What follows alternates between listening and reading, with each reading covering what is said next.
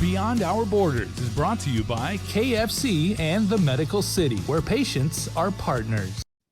Afternoon, everyone. I'm Nestor Licanto. Welcome to another edition of Beyond Our Borders, and I'm pleased to welcome as our guest this month the Chief Operating Officer of the Philippine Tourism Promotions Board. She is Maria Antoinette Velasco-Allones. Kamusta po? Thank you. Mabuti po, and it's truly my pleasure and blessing also to join you in this wonderful conversation, as we've seen that borders indeed have reopened again to tourism, and this is a very timely conversation that we're having. Salamat po. Absolutely. Thank you for joining us. As you alluded to, the Philippine tourism industry has reopened, but like Guam, it had suffered during the height of the pandemic. I'm wondering if you can tell us a little bit more about the impact of the coronavirus on the Philippine tourism industry. Definitely. To begin with, pre-pandemic, was a record banner year for tourism in terms of international foreign tourist arrivals. We recorded more than 8 million visitors coming to the Philippines. And so you can imagine, Sir Nestor, that through the 2 years of the pandemic, tourist arrivals really suffered from all over the world. And then impacted also, of course, is our employment sector. Before the pandemic, we had about 5.7 million Filipinos who are working in various subsectors of the tourism industry. And we've seen the studies indicating that about 4.8 out of the 5.7 have been also impacted in terms of their jobs, where some of them have lost jobs, some of them have been on, underemployment status, meaning they're overqualified for the kinds of work that they're doing. And of course, this also impacted our medium and small enterprises that are also engaged in tourism activities like tour operators, travel agencies, which practically did not have any bookings, did not have any business. So we've seen closures of some of them, temporarily for some, permanently for some. And also, of course, this goes without saying that the hospitality sector, like hotels and even travel and transport, like our carriers, and within the country, we have Cebu Pacific and Air Philippines that also fly domestic routes were also severely impacted. Although, if I may say, Sir Nestor, our hotels were able to pivot to become quarantine hotels during the pandemic. So in a way, they managed to survive with arrivals of because we have a huge overseas worker population. The Philippines has OFWs all over the world. So those coming home for holiday or contract break, they were the ones staying in the hotels, which served as quarantine hotels. Yeah. Tell us a little bit about the Philippine tourism industry itself. Well, what are your main source markets? Well, we have within the region, our top source markets remain to be South Korea, Japan, and China, of course. And then Taiwan is also a huge market in terms of contributions to our coming here travelers. Then, of course, the US is our fourth largest market compared to all the other markets. So it's number 4 in the list, primarily also because of our huge balikbayan population. We have many Filipinos who remain to have ties in the country, and so they keep coming back. And actually, through the pandemic, our borders remained open to them. To those who hold Philippine passports, they were actually allowed to enter the Philippines even through the pandemic and through the lockdown, subject to certain restrictions. So when we reopened since February 10, we have seen, my God, there's new influx of tourists from Europe. So we have a lot of visitors from Germany, from France, and also from Australia. In this part of the world, Asia Pacific, Australia is top of the list in terms of visitor arrivals. So we have seen new visitors in terms of source markets coming to the Philippines right now. And then when Korea removed their own quarantine requirements, effective April 1, then this last April, we saw a surge of Korean tourists coming back to the Philippines. Unlike Guam, the Philippines has also a robust domestic tourism market. Yes. Talk about that a bit. Actually, that really kept us afloat. And if I may share, like as you said, like Guam, even before the pandemic, we had a bigger domestic tourism base than international guests coming in. In 2019, we had a recorded 110 million trips undertaken by Filipinos within the country. So it's really huge. And even through the pandemic, we managed to maintain certain destinations to be open, like El Nido in Palawan. Baguio also opened like September of 2020. Boracay reopened in October 2020. And these initial destinations that were ready to receive visitors from within the country, they managed to get to the local tourists that kept traveling, yung mga nagka-cabin fever talaga. Gustong lumabas. So yun po. And like Guam, I surmise that really helped also our industry stakeholders, particularly tour operators, agents, because what we did as a system, all trips being made to the open destinations, they had to book through accredited operators. Because that was part of how we wanted to manage carrying capacity and making sure that they were aware and were able to comply with new health and safety protocols in the destinations. Yeah. In addition to the impacts of the global downturn in tourism because people weren't traveling, are there any other long-term implications for the Philippine tourism industry as a result of the pandemic? Well, one of that I should say, Sir Nestor, is this heightened appreciation for the use of digital technology. So, naman that the Philippines has quite a slow bandwidth capacity, although despite that, we remain to be on top of the world's ranking in terms of social media use. So we've seen the growth of social media, the expanded use of digital technologies, and we learned through the pandemic to pivot to the use of these digital platforms. And for some, it was a more difficult pivot, but for some, it was a necessary imperative to take, because if you're not able to keep pace with these developments, then you will be left behind. Because we noticed when we reopened, many of the bookings being done, the businesses being done, were online, and electronic payments was the way to go. So this is also an area for capacity building that we are currently doing, and I think this is something that we will sustain post-pandemic. So that's one. The second one would be, of course, the greater awareness for health and safety protocols. So yung distancing, we remain to observe social distancing, the wearing of masks. And I noticed that Filipinos, and generally Asians, when they travel around the world through the pandemic, Asians were generally compliant. Mukhang masunurin talaga tayo, pag sinabing, you wear mask, everyone is wearing mask. And of course, we walk our different establishments through the protocols and check on them whether they're able to put this in place so that the safety and health and well-being of our tourism travelers would be taken care of. So these are two major, areas of impact that the pandemic, in a way, would have positively created changes within the industry. And finally, the last one for me, which is really important, is the expanded awareness on sustainability. Like we saw how the destinations also took a break from mass tourists. I went to El Nido during the pandemic. We were only 3 boats as opposed to like 30 boats at any given time.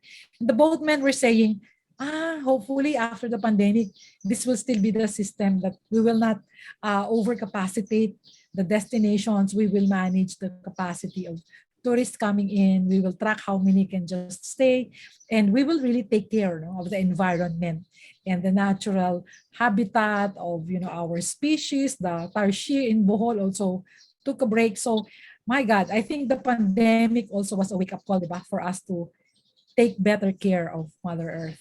So that's Yeah.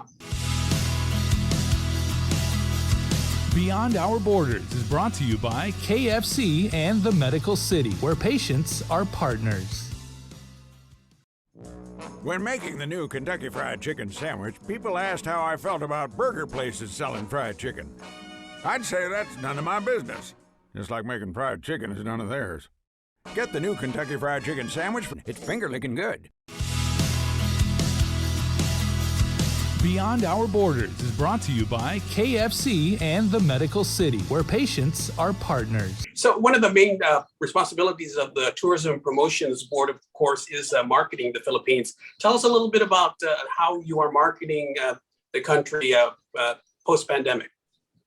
Well, post-pandemic, we are reviving the usual global media campaigns that we've been doing prior to the pandemic.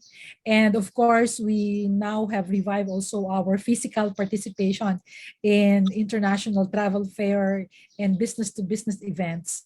So last year, we've seen the rise of hybrid events. Some were purely virtual. We never missed out on those, Sir Nestor. And we plan to sustain our presence in the various markets which conduct these fairs and allow and enable our stakeholders to have an opportunity and a platform to sell the country also together with the Tourism Promotions Board. Is there any repositioning of the Philippines, and how is your source markets responding? Actually, in terms of brand positioning, we are retaining the It's More Fun in the Philippines brand, except that when we reopened in February, we added an element to it. We said, it's more fun with you, because it's more fun in the Philippines, but when you were not here, it was actually less fun.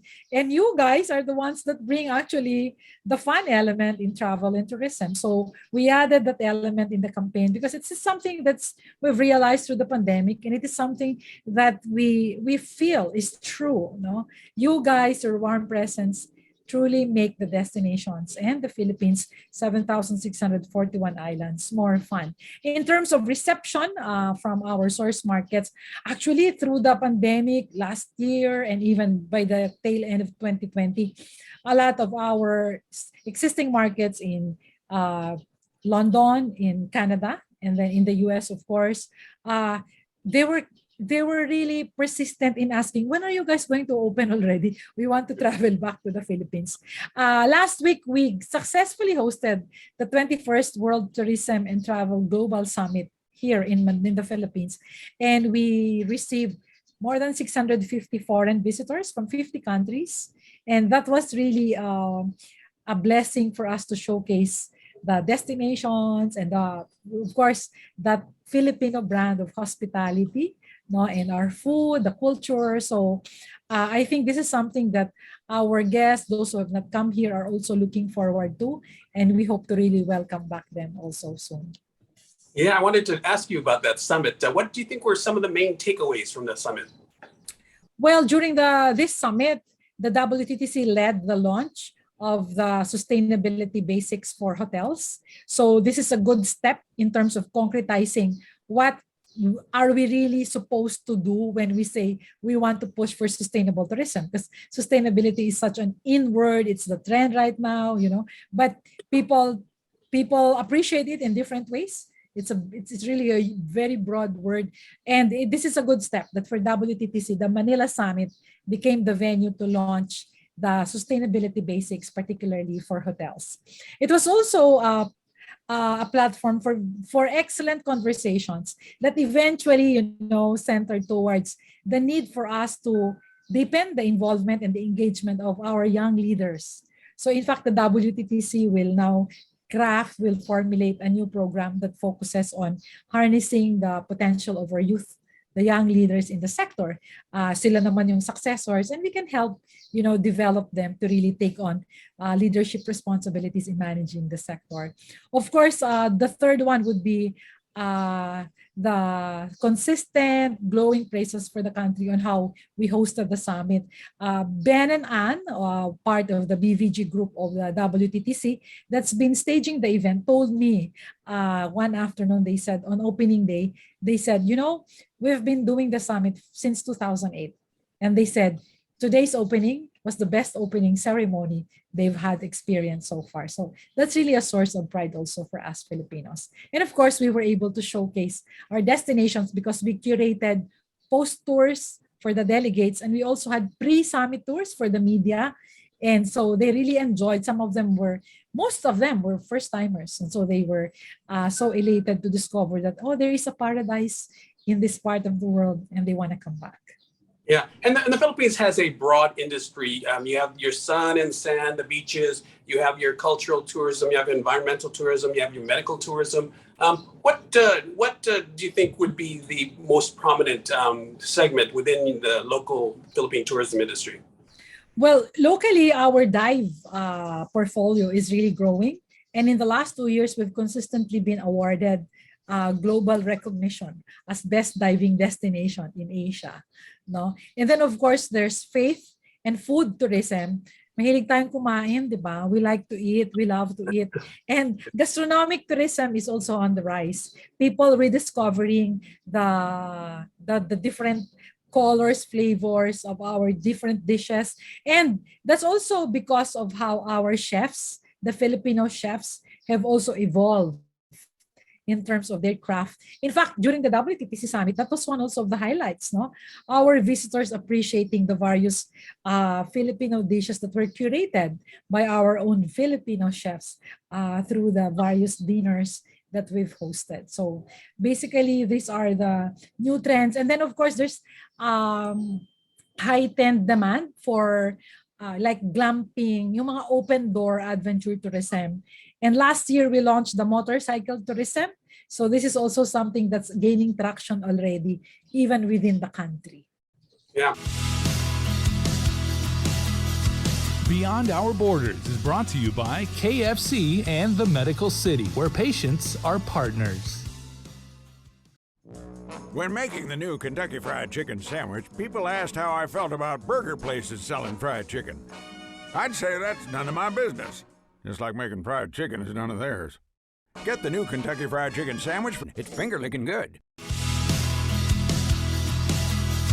Beyond Our Borders is brought to you by KFC and the Medical City, where patients are partners. Since the reopening of international tourism, are you reaching the targets that you guys set? Where are you specifically in terms of where you want the tourism numbers to be? Well, as we speak right now, we have seen that the numbers have been positively increasing.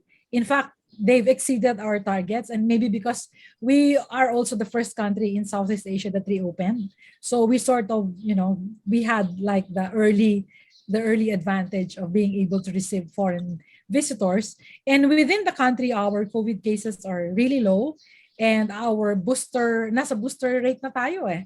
And for the tourism sector alone, we're almost 100% coverage in terms of vaccination and boosters. So these are various confluence of factors that allow for greater confidence among tourists to travel.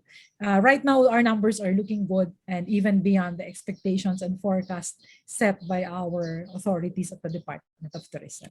Yeah. What have been the challenges in reopening? I know for Guam's case, a lot of it is out of our hands. It's the quarantine and other restrictions that are imposed by the Japanese government and the South Korean government in particular, because those are our two main source markets. What have been the challenges for the Philippines?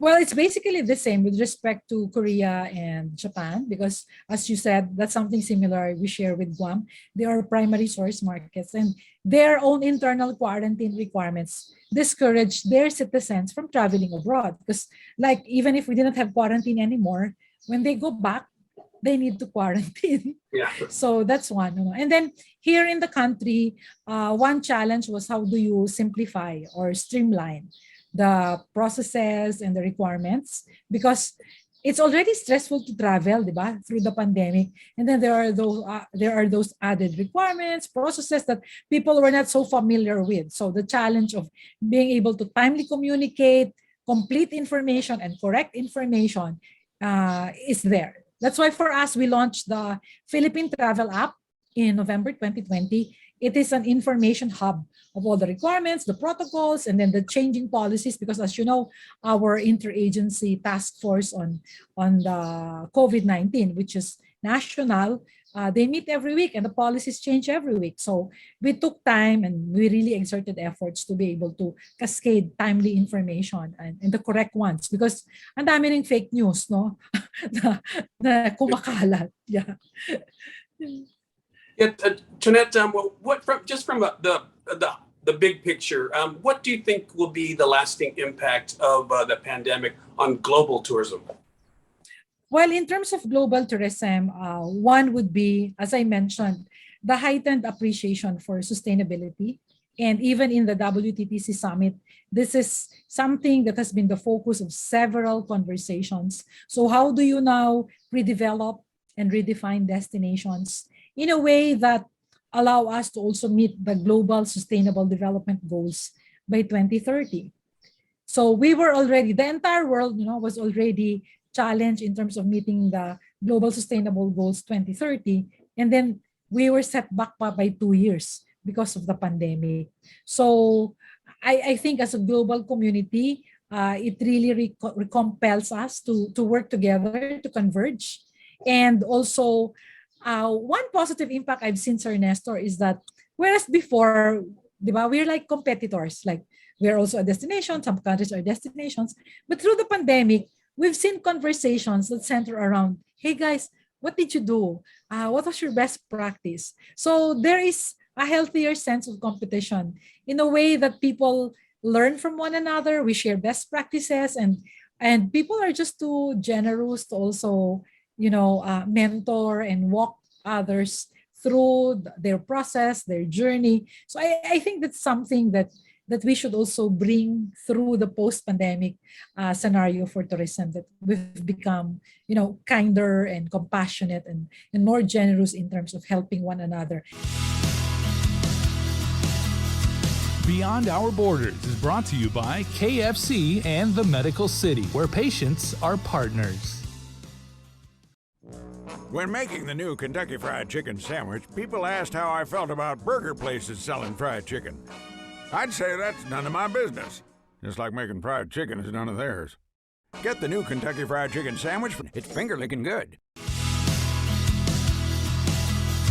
Beyond Our Borders is brought to you by KFC and the Medical City, where patients are partners. After all, it's just one earth, and while the products vary, but in the end, it's one world that we're all supposed to take care of as global citizens. Yes, and having said that, what recommendations would you give to Guam?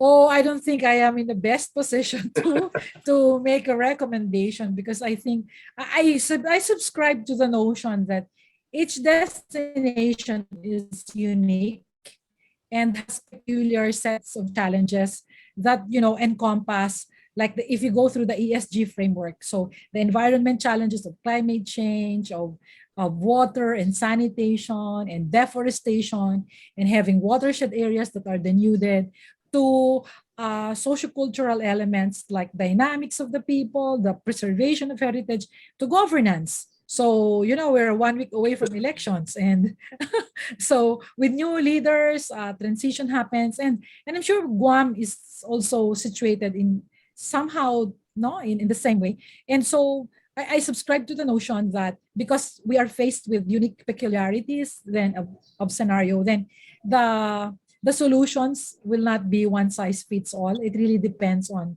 the need of the destination and the capacity of the destination and the scope and breadth and depth of political support that we have from our leaders. Yeah, we've only got a couple of minutes left, but I wanted to ask you just to bring us your best guess of when the Philippines will return back to its pre-pandemic level and beyond. When do you think that full recovery is going to happen? Well, empirically, the study indicates that it's going to be 2024, meaning the full recovery. Although we've seen also that right now, actually, I'm trying to book a hotel this weekend. And then the DOSM of the hotel I'm talking to said, CEO, we are actually back to a higher level than 2019 in terms of hotel occupancy. So the pent up, demand for traveling, even just staycation, is there. So hopefully the 2024 will be pulled back earlier than forecasted, and that gives us a lot of hope also for the industry. Yeah, the country appears to be edging its way towards back to the new normal, I guess you want to call it. So that's very good. I think everyone is just all burnt out with this pandemic, and there is, like you say, very much a pent up demand for travel, and hopefully in the next year or so that will start, really revving up, and you'll get more visitors in the Philippines, and we'll get more visitors in Guam, and we'll see the world start traveling again, which I think everybody is looking forward to. All right. Thank you so much. Cheers to that. No, thank you. Thank you. And I hope to meet you soon. Absolutely. Antoinette Velasco-Allones is the Chief Operating Officer of the Philippine Tourism Promotions Board. Thank you so much for joining us. Thank you, and mabuhay. I'm Nestor Licanto. Thanks for watching, everyone. We'll see you next month on Beyond Our Borders. Beyond Our Borders is brought to you by KFC and the Medical City, where patients are partners.